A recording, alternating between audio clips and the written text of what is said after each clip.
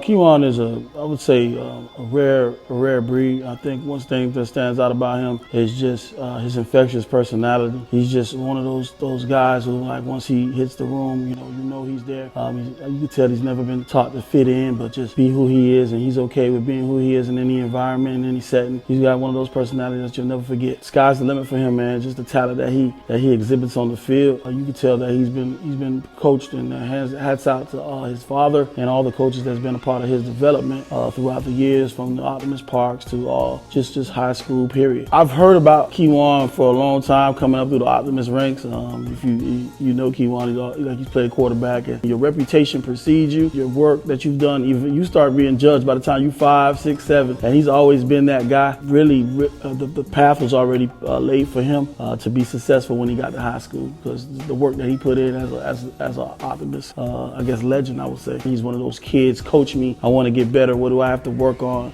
Even though he has like a big personality, some people tend to confuse confidence with cockiness. He's a confident kid, he's not an arrogant kid, so that made the coaching part very feasible and very easy for us to see him develop. They love him in the building.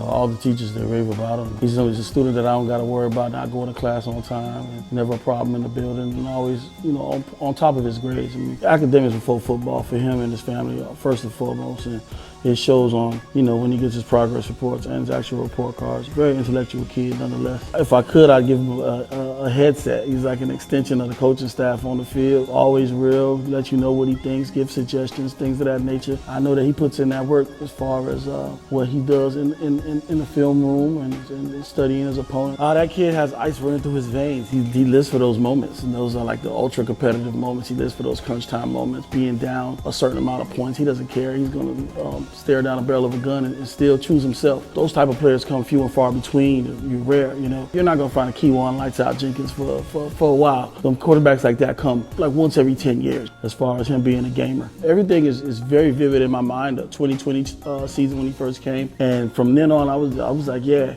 and continuing as far as the championships goes, and then win the national championship. I really feel like he came into his own. Everybody wants to talk about his statistics, his touchdowns, his rushing touchdowns, his passing touchdowns, his passing yards, but what really stood out to me that year was his leadership. Oh my goodness, his leadership. All I had to do was say, I didn't even have to be in the room, I just say lights, make sure they're doing X, Y, Z. All right, I got you, coach. And then it was just lights would be like, yo, we over here, 70 guys to get up and move. He didn't have to raise his voice, none of that. That's how selfless of a person he is. Did his dollar last year, for real. People looked at Miami Central last year and said, why do they have a dual quarterback system? You rarely find that type of selflessness in a person. You can talk about all the trophies and the accolades that he's got, and his cool nickname and his following on Instagram, but you can't really see who a person is until you really see that type of aspect in their personality. For him to share the limelight with Dylan, who's been on his team since the 9th grader, Dalvin Cook and Joseph Yerby were here. Everybody kept wondering, will there ever be another Dalvin Cook and Joseph Yerby ever? You guys are the reincarnated version of them. Everybody thought it was going to come in the form of a running back, but God works in mysterious ways, and they came in 2 quarterbacks.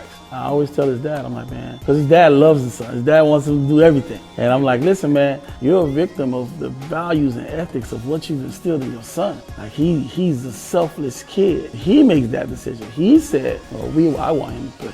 It was never, why y'all taking me out the game? It's like, come on, bro, let's do it. Everybody who along the way, because Lights Out has had a lot of coaches. I just happened to get him at the end, but he has a lot of coaches from age 5, 6, 7, 4. His dad is a huge part. Just everybody, Coach AJ, everybody who had a hand in with Lights Out development. I think that it's a victory for all of us to see him shine bright into the light that he's worked so hard to stand in.